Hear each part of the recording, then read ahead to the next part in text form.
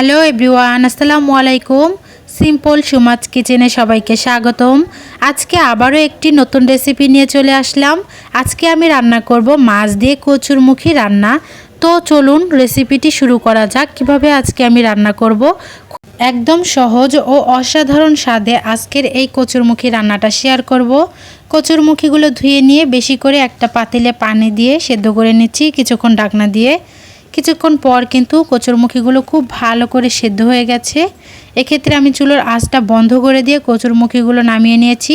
সাথে আমি 2-4টা আলুও দিয়ে দিয়েছিলাম।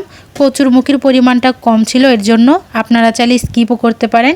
খুব ভালো করে কিন্তু সবগুলো কচুরমুখী এবং আলুগুলো ছুলে নিয়েছি। এবার আমি মূল রান্নার পর্যায়ে চলে আসলাম। একটা ফ্রাই প্যান বসিয়ে দিয়ে প্যানটা গরম হয়ে গেলে পরিমাণ মতো সয়াবিন তেল দিয়ে দিয়েছি। এরপর আগে থেকে কেটে রাখা পেঁয়াজ এবং কাঁচামরিচগুলো দিয়ে ব্রাউন কালার ভেজে নিচ্ছি। ব্রাউন কালার ভাজা হয়ে গেলে সামান্য অল্প একটু পানি দিয়ে দেব। তারপর আমি এখানে সবগুলো মশলা অ্যাড করে দেব। 1 চামচের মতো আদা রসুন জিরে বাটা দিয়ে দিলাম এবং 1 চামচ পরিমাণ দিয়ে দিলাম হলুদের গুঁড়ো। অনুমান করে শুকনো মরিচের গুঁড়ো দিয়ে দিলাম 1 চামচ পরিমাণ এবং অনুমান করে 1 চামচ পরিমাণ লবণ দিয়ে দিলাম। এবারে সবগুলো মশলা নেড়েচেড়ে কিন্তু মিশিয়ে নিতে হবে। কিছুক্ষণ আমি এভাবেই কষিয়ে নিচ্ছি। ভালোভাবে কষানো হয়ে গেলে চুলে রাখা মুখি এবং আলুগুলো মশলাটার ভিতর ঢেলে দিতে হবে। মশলাগুলোর সাথে মুখিগুলো খুব ভালোভাবে মিশিয়ে নিতে হবে। এর জন্য আমি খুব ভালোভাবে নেড়ে নিচ্ছি।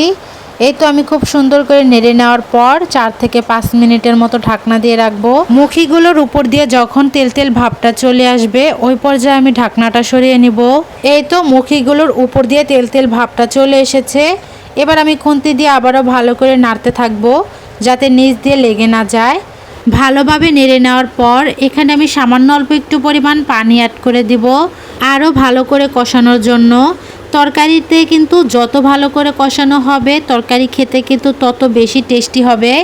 এই তো আমি এভাবেই ঢাকনা ছাড়া কিছুক্ষণ কষিয়ে নেওয়ার পর পানিটা শুকিয়ে গেলে এই পর্যায়ে আমি ঝোল দিয়ে দিব। এই তো আমি পরিমাণ মতো এখানে পানি অ্যাড করে দিলাম। আপনারা যদি বেশি ঝোল রাখতে চান তাহলে আপনাদের আন্দাজ মতো পানিগুলো দিয়ে দিবেন। আমি আমার অনুমান করে পানিটা দিয়ে দিলাম। এবার হচ্ছে আমি আগে থেকেই মাছ ভেজে রাখছিলাম, সেই মাছগুলোই এখন উপর দিয়ে দিয়ে দিব।